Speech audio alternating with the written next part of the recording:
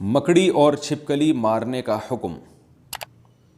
اویس مختار امریکہ سے پوچھتے ہیں، یہاں گھروں میں مکڑیاں بہت ہوتی ہیں جو جگہ جگہ جالے بنا لیتی ہیں، کیا گھر کو صاف رکھنے کے لیے مکڑیوں کو مارا جا سکتا ہے؟ ہم نے سنا ہے کہ مکڑیوں کو نہیں مارنا چاہیے کیونکہ وہ ہجرت کے موقع پر آپ صلی اللہ علیہ وسلم کی حفاظت کا ذریعہ بنی تھیں۔ نیز کیا گرگٹ کو مارنا باعث ثواب ہے کیونکہ اس نے حضرت ابراہیم علیہ السلام کی آگ کو دہکانے کے لیے اس میں پھونکیں ماری تھیں؟ مکڑیوں کو مارنا تو جائز ہے، اس کے ناجائز ہونے کی ہمارے پاس کوئی دلیل نہیں ہے، اور ظاہر ہے گھر میں تنگ بھی کر رہی ہیں تو وہ تو شہد کی مکھیوں کو بھی مارنا جائز ہوتا ہے ایسے صورت میں کہ جب کوئی جانور تنگ کر رہا ہے آپ کو تو یہ تو گھر کی حالت خراب ہو جائے گی، گھر میں جالے بنے ہوئے تو آپ مار سکتے ہیں، ایسی صورت میں انشاءاللہ کوئی گناہ نہیں ہوگا۔ رہا یہ مسئلہ کہ گرگٹ کو مارنا، تو صحیح مسلم کی حدیث ہے کہ آپ صلی اللہ علیہ وسلم نے فرمایا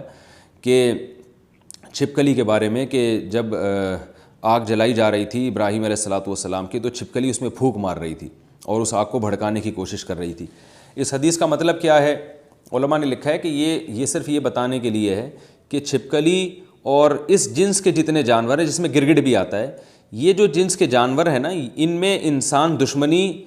کے سافٹ ویئر انسٹال ہوئے ہوئے ہیں، یہ انسان دشمن جانور ہیں، یہ ان کو جب موقع ملتا ہے انسان کو نقصان پہنچاتے ہیں، تو اس لیے آپ صلی اللہ علیہ وسلم نے چھپکلی کو مارنے کی ترغیب دی، اور گرگٹ کا بھی وہی حکم ہے جو چھپکلی کا ہے، اور آپ صلی اللہ علیہ وسلم نے فرمایا کہ جس نے ایک وار میں مارا اس کو 100 نیکیاں ملیں گی، اور جتنے وار کم ہوتے جائیں گے نیکی کم ہوتی چلی جائے گی۔ وجہ اس کی یہ ہے کہ جانور کو جتنی کم تکلیف دے کے موت دیں گے وہ اتنا زیادہ ثواب ہے۔ اب چھپکلی کہیں دیوار پر ہے، آپ نے ایک چپل ماری اور وہیں اس کا اسٹیکر بن گیا تو چھپکلی کو اس سے تکلیف نہیں ہوتی، سیکنڈوں میں اس کی جان نکل جاتی ہے۔ لیکن اگر آپ نے اس سے کھیلنا شروع کر دیا، پہلے اس کی دم کاٹی، اس کا آدھا گھنٹہ آپ نے دم کا تماشا دیکھا جیسے بچے کرتے ہیں چھپکلی اور گرگٹ کے ساتھ، پھر اس کو رسی میں گھما گھما کے مار رہے ہوتے ہیں، تو اس سے آپ کی نیکیاں کم ہوتی چلی جائیں گی، بلکہ جانور پہ ظلم کا گناہ بھی ہو سکتا ہے۔ تو اس لیے